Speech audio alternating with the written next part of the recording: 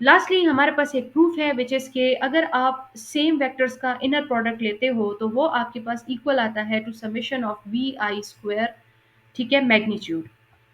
तो सॉल्व करते हैं इस चीज को। देखिए वी नो दैट कि V I magnitude is equal to square root of we I star या V I conjugate into V I, ठीक है। Therefore the squared magnitude is, तो अगर हम बोथ साइड्स पे स्क्वायर ले लें तो देखिए आपके पास क्या आ जाएगा, V I square magnitude is equal to V I star V I.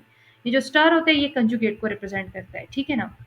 Late this be question number 1, ठीक है। Now inner product of v with itself is defined as, ये आपका v हो गया, इसका आप अपने आप के साथ इनर प्रोडक्ट ले रहे हो तो आपके पास ये किस चीज की इक्वल आ जाएगा, summation i is equal to 1 to n V I star V I. अब देखें ये इस तरह कैसे है, मैं आपको ये भी समझा देती हूँ, फिर आप कंफ्यूज हो जाओगे ना। देखिए हमने सपोज किया कि हमारे पास ये वेक्टर v है, ठीक है, ये हमने सपोज कर लिया और हम क्या चाहते हैं कि हम इस वेक्टर v का अपने आप के साथ यानी कि v का v के साथ हम इनर प्रोडक्ट ले लें। तो इनर प्रोडक्ट लेने के लिए आपके पास किस तरह का फॉर्मेट होता है, आपके पास एक यहाँ पे सपोज क्वेश्चन मार्क लगा देते हैं, कोई एक वेक्टर है, ठीक है, ये आपके पास कुछ इस फॉर्मेट में आप अपने इनर प्रोडक्ट को लिखते हो। ये वाली टर्म तो आपके पास मौजूद है, इस जगह तो आप v लगा सकते हो, लेकिन इधर जब आप v लगाओगे तो आप बेसिकली क्या कर रहे हो कि एक किट को किस चीज में कन्वर्ट कर रहे हो, ब्रा में कन्वर्ट कर रहे हो।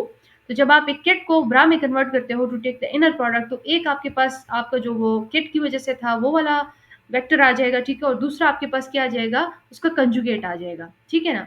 जब कभी भी आप किट को जो है वो ब्रा में कन्वर्ट करते हो तो आपके पास क्या आ जाता है, एक कंजुगेट फॉर्म आ जाती है, ठीक है। तो आप इस चीज का क्या लेते हो, फिर कंजुगेट लेते हो, तो इसी वजह से आपके पास ये इस फॉर्म में आया हुआ है। तो इसको हम इक्वेशन नंबर 2 का नाम दे देते हैं, ठीक है। अब देखिए यूजिंग 1 इन 2, जो आपका इक्वेशन 1 है उसको 2 में यूज कर लेते हैं, तो आपके पास किस फॉर्म में आ गया कि inner product of the vectors with itself gives rise to summation i is equal to 1 to n the magnitude of the vector the square of the magnitude of the vector, ठीक है ना।